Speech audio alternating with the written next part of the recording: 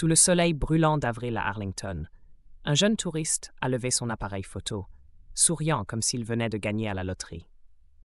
Le garde du tombeau se tenait immobile, son uniforme bleu marine impeccable, les médailles captant la lumière. La foule retenait son souffle, s'attendant à un simple clic d'appareil photo.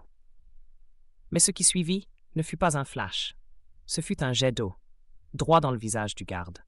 Des exclamations choquées s'élevèrent, des téléphones tombèrent, et l'air s'électrisa en une seconde. Pour le touriste, c'était une blague, un billet vers la célébrité virale. Mais ce qu'il ne savait pas, ce qu'aucune personne dans cette foule ne pouvait deviner, c'est que le garde qu'il venait d'humilier avait traversé l'enfer en Afghanistan, et que les vraies conséquences ne faisaient que commencer. Le soleil du matin planait encore bas au-dessus du cimetière national d'Arlington, projetant de longues ombres entre les rangées infinies de pierres blanches. Une brise légère portait l'odeur fraîche de l'herbe récemment tondue, mais l'air avait une gravité solennelle. Ici, tout respirait le silence et le respect. Au cœur du site se dressait la tombe du soldat inconnu, son marbre luisant sous la lumière d'avril. Les touristes s'étaient rassemblés dans un silence presque sacré, attendant la relève de la garde. Cette cérémonie d'une précision militaire, symbole d'honneur et de sacrifice. Parmi eux se trouvait Adrien Morel, un Parisien de 24 ans connu sur YouTube sous le nom de Adrien Show. Avec ses cheveux gominés, ses lunettes de soleil tape à l'œil et son t-shirt orné d'un drapeau français, il détonnait au milieu de la foule sobre. Il réajusta son sac à dos en lançant un clin d'œil à Chloé, sa camarade de voyage, occupée à régler la caméra de son téléphone. « C'est le moment, Chloé, dit-il, l'excitation dans la voix. Aujourd'hui, on devient viraux. 1 million de vues, facile. Peut-être 2. Chloé, 23 ans, un sourire vif mais une conscience aiguë des limites, leva un sourcil. Je sais pas, Adrien. Ce lieu a une atmosphère lourde. Peut-être qu'on devrait juste filmer des trucs normaux. Tu sais, respecter un peu l'ambiance. Elle jeta un œil au visage grave qui les entourait. Des familles serrant des brochures. Des anciens combattants se tenant un peu plus droit. Adrien balaya ses remarques d'un geste, affichant un sourire insolent. « Allez, Chloé, on n'a pas traversé l'Atlantique pour filmer des pigeons. Ces types en uniforme, là, ils sont parfaits. Un petit gag, une grosse réaction, et boum, on explose les vues. T'inquiète, j'ai tout prévu. » Il tapota son sac à dos, où un pistolet à eau sophistiqué, déguisé en appareil photo professionnel, attendait.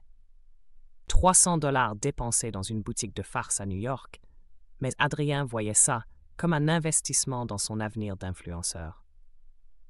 À une vingtaine de mètres, le serge Damien Lefebvre se tenait à son poste, son uniforme impeccablement repassé, ses gants blancs sans tache, sa casquette ombrageant son visage.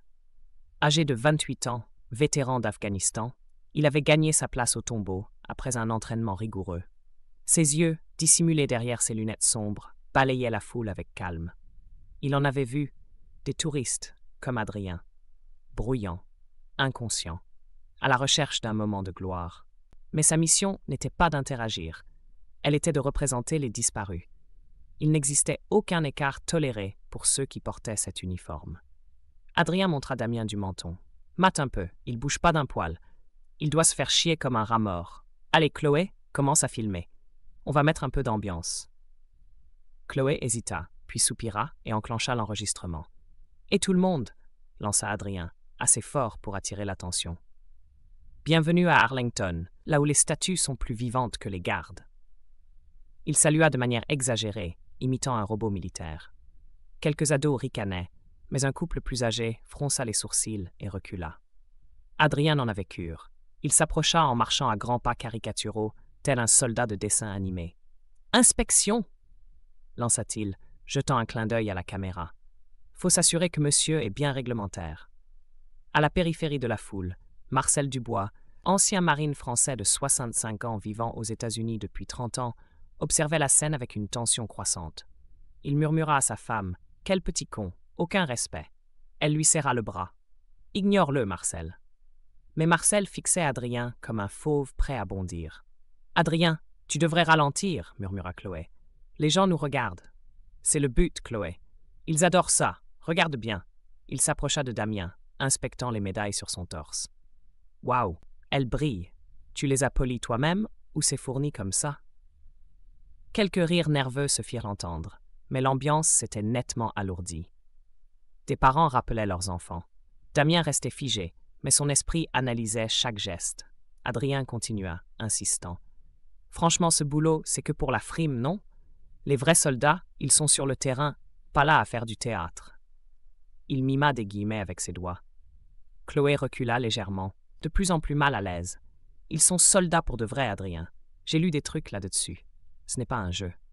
Chloé, respire. C'est comme les mecs à Londres avec les grands chapeaux.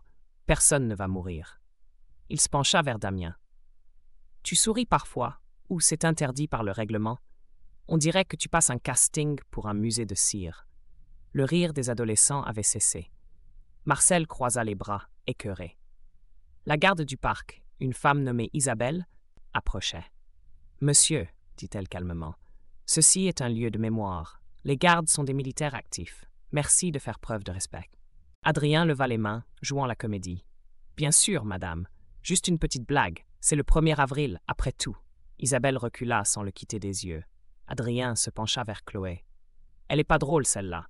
On continue. » Requinqué par cette confrontation, il reprit adoptant une voix théâtrale. « Et voici, dans son habitat naturel, le garde cérémoniel. Notez la posture rigide, le regard vide, un spécimen parfait de l'ennui militaire. » Même Chloé avait cessé de filmer. « Adrien, ça devient malsain. On peut aller manger? »« Pas encore, dit-il à voix basse. Le bouquet final arrive. » Il tapota à nouveau son sac. La foule se dispersait lentement. Marcel restait planté là, les traits tendus. Non loin, un groupe scolaire écoutait leur enseignante expliquer la symbolique du lieu.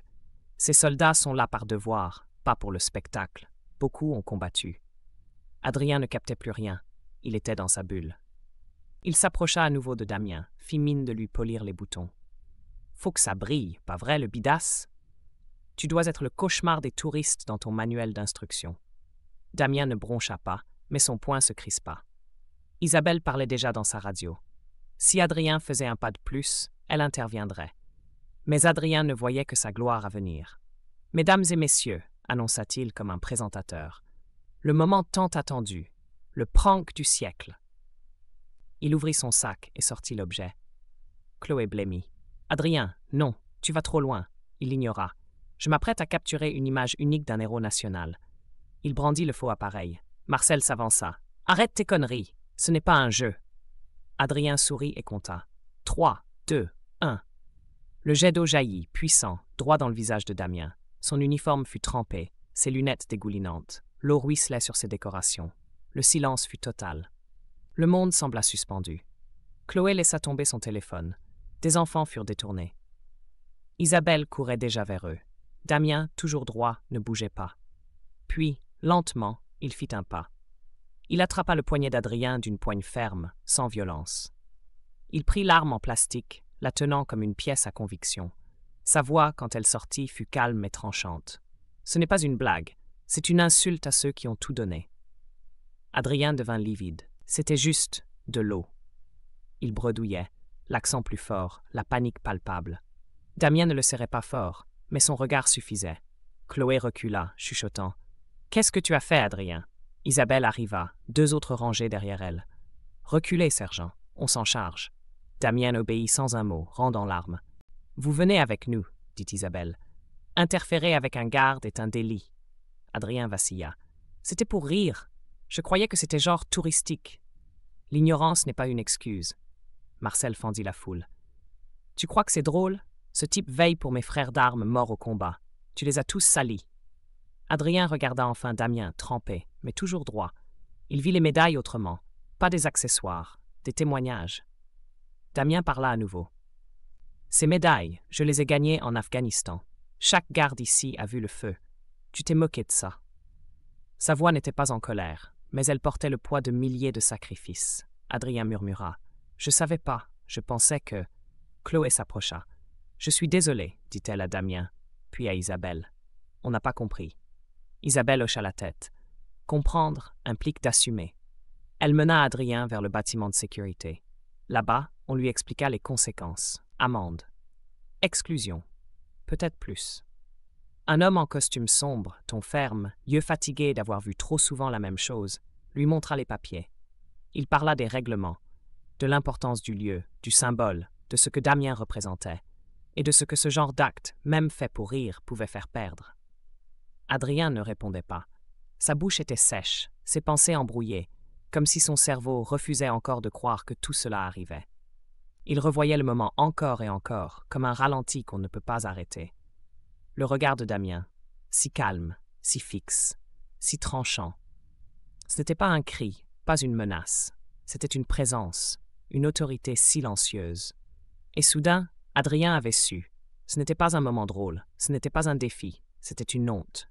Il n'y eut pas de dispute, pas de cri. Même ses parents ne parlaient pas fort. Sa mère avait croisé les bras. Son père gardait les mains dans les poches. Il ne l'avait pas défendu. Pas cette fois. Le silence avait remplacé la colère. Il pesait plus lourd encore. Adrien, lui, se sentait minuscule, transparent.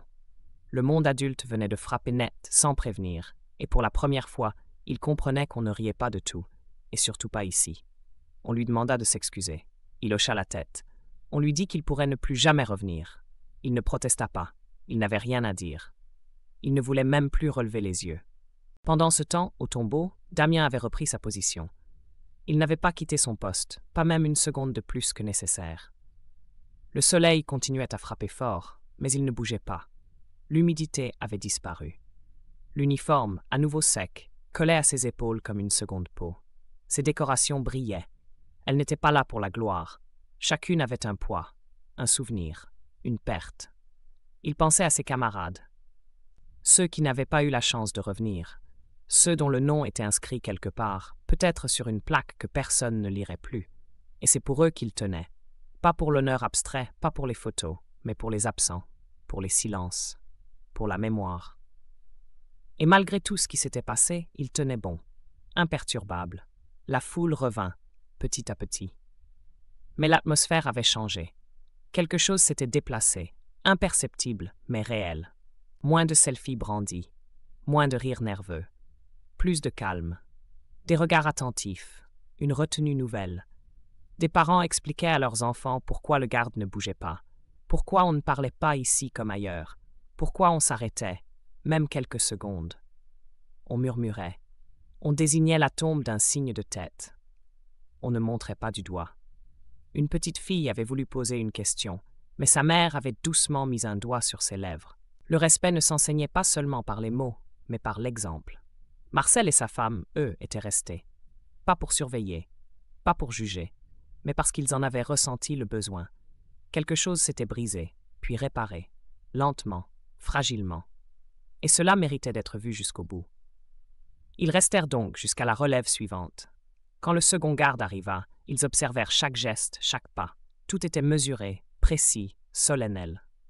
Marcel s'approcha, juste assez pour croiser le regard de Damien un bref instant. Il lui adressa un salut discret, presque militaire. Et il dit, pour lui, pour sa femme, pour son petit-fils, « Voilà ce que c'est, l'honneur. » Pas un mot de plus. Et pour Adrien, ce jour marqua la fin de son insouciance. Il n'était plus simplement un ado qui cherchait à faire rire. Il avait compris que certains lieux ne sont pas des décors, qu'ils ne sont pas là pour la mise en scène, qu'ils ne sont pas des toiles de fond pour TikTok ou Instagram. Ils sont là pour durer, pour rappeler, pour exiger. Le respect, la retenue, le silence. Ce n'est pas une option. C'est une dette, un devoir, un engagement qui dépasse l'individu. Gravé dans le marbre. Intransigeant, mérité.